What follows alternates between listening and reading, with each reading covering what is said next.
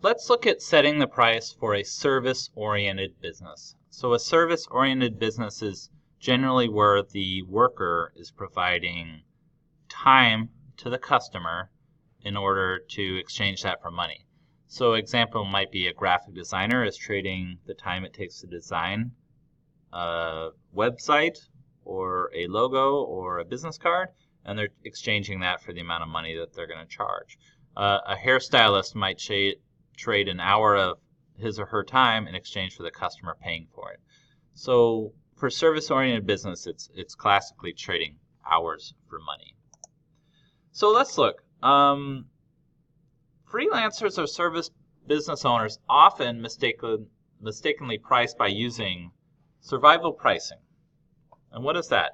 You price it as low as possible in order to get clients. So let's say if you have a 40-hour work week where you want to cut hair for 40 hours, and that's your maximum amount of time that you have available to cut hair, you might price it low to get customers in the door to cut their hair, and then maybe over a month or two, you've got customers in there. But you find out that even cutting hair 40 hours a week, now that you have customers lined out the door, they're waiting for you to cut their hair, you can only do so much, and you find that you're actually not making that much money once you pay for the rent and you pay for the gas to get there and all that stuff. You might not find that you're actually making that much money every month. And so that's why it's called survival pricing, because when you price it low, you might not be making enough to make it worth your while. So what are the risks and challenges of using survival pricing? One is you only have a limited amount of work that you can do. So if you're running your own business and you're only working for yourself and you're not hiring any employees, you are especially vulnerable to this risk where you only have a certain amount of hours you can trade in a work week, and you risk actually getting full of working those hours but not really making a profit because you're not really paying yourself what you're worth in the industry, right? So this is where we really want to consider who the worker is and are we paying them a fair amount. And oftentimes when we work for ourselves, we're doing the work for our own business, we don't pay ourselves what we should be worth, right? So we fill up our limited amount of work hours and we're not charging enough and we're not making a profit. So one of the things that's wrong with this is oftentimes there's a perceived value. If you charge a really, really low price, and let's say you have a hair salon and you're not making that much, and over time your hair salon becomes dingy and you don't have enough money to keep the place nice and clean and the walls are getting dirty, the perceived value of that low haircut is you're just selling a low haircut and you're not really getting quality, but hey, the customers keep coming because it's just a low price and they want a low price haircut place. Okay? So the perceived value is often, even if you're a great hairstylist, you're never going to be able to charge more because the perceived value is that you're not a great hairstylist. The salon is not a great place because it's just low cost. Do more work to make the same money. One of the problems is that oftentimes you can raise your price 10-15% and you can make a ton more money because you're now actually making more money. That 10 or 15% could be that you're making 25 to 50% more in the profit that you have. Okay, and we can explain this more when we get to the details of the numbers, but it would be helpful if you understood like how much profit are you making. Even by raising it a little bit, you can make a lot more money in profit. So another issue with the risk and challenges of using survival pricing is you might have all these customers coming in to your business and they're used to paying a low price, and once you start raising that price, they go to somewhere else that's cheaper, right? And so you might be at risk of losing all your customers that you've worked so hard to build up because you're pricing them out of your business, and now you're going to have to attract a bunch of new customers that actually value the higher price and they've actually value the higher quality or better service that you can provide to them.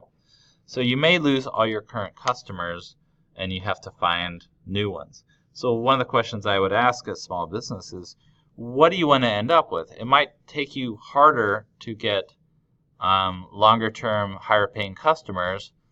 But should you start on that right away, or should you risk getting a bunch of new customers that value cheap prices and then lose them all in order to get higher quality business later on? It's really up to your strategy as an entrepreneur, what you want to do in the long term. So calculating the price as a freelancer, the pricing based on your personal vision statement, it should really go down to what is it that you want to get out of? What do you want to work towards in order to make you happy?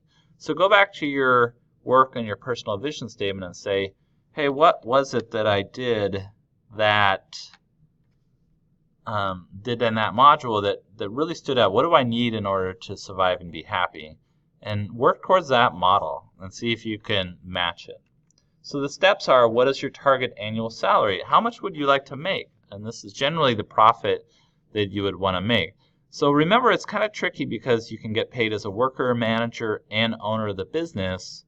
So you kind of want to look at what is the annual salary for this type of work. So if you are a hairstylist, how much would you need to make and take home at the end of every year? And so this could be a combination of all three: salary for doing the work, the amount you would make for managing the business, and the profit. But we want to focus on, just as a general term, how much do you need to make in your personal life from this type of business. You would want to then calculate all your annual expenses and overhead, add your annual salary to annual expenses, and then determine the amount of hours you would want to work per year and divide 3 by 4. So the equation is adjusted annual salary divided by billable hours per year, and that would be the amount per hour. So we give an activity link here where you can actually calculate this out, and it's just a spreadsheet, and it goes over these things. So if you didn't understand it, back up the video and pause it, take a look at the screen. But I'll just go over here. If you want to make per year $100,000, so this could be a combination of, again, the work you would do for the work, the management, and the ownership of the company. If you wanted to make $100,000 for your service-based business, what is your rent annually? So if you're paying $300 a month for a booth space at a salon, your annual office space would be $3,600. Cost for your web hosting, you might have internet or phone, you might have accounting software, you might want to buy a new computer to update everything, you might do some Facebook or Instagram marketing, you might have some design software, etc. You would also want to calculate the amount you pay for healthcare, if you have health insurance, or if you have self-employment taxes, those things. The amount of overhead would be about $23,000 a year. Okay, so you would actually need to bring in revenues of $123,000 in order to make that $100,000. Right. So then enter the number of hours that you want to work a year. You would want to work about 40 hours per week, and you want to take about 4 weeks off a year. You want to work 48 weeks a year. Oftentimes, if we're running our own business, we would expect that about 25% of our time might be down. You're not always having 100% full occupancy in your salon chair, and you can use those 25% of those times to do your managerial and ownership work. You can, pay your bills, you can do some marketing, you can do all that stuff. So if you fill up those 40 hours a week with about 75% time actually doing the work, 25% time managing your business, then that's where you would come to this calculation. And it would say you would need to charge about $85 an hour in order to have all this stuff come true. So this is a projection, right? You entered this numbers of the amount you wanted to make, all the costs it would cost you, the amount of time you would work. This would say if you were able to actually get customers in your chair 75% of the time, you were cutting hair 35 hours a week, you were doing 5 hours a week of management stuff, and you were able to charge $85 and everyone paid you $85 an hour, then you would be able to make that much. So this is a projection. It doesn't mean it's going to come true, but it just gives you a rough sense of what's going on. So you still have to use some analysis in your market research. If you charge $85 for an hour's worth of work to cut hair, would customers pay it or not? I can't answer that question for you. The only way you're going to answer that is if your customers come in. But this gives you a good gauge of, is it true or not? So if you find out that you're not able to charge $85 an hour in your market, then you'll never be able to hit this $100,000 rate, okay? So this is a good way to project and calculate moving forward what you would have to charge in order to make this come true, but it doesn't mean it will come true. But this is what you do in the equation, okay? Next up is contribution margin.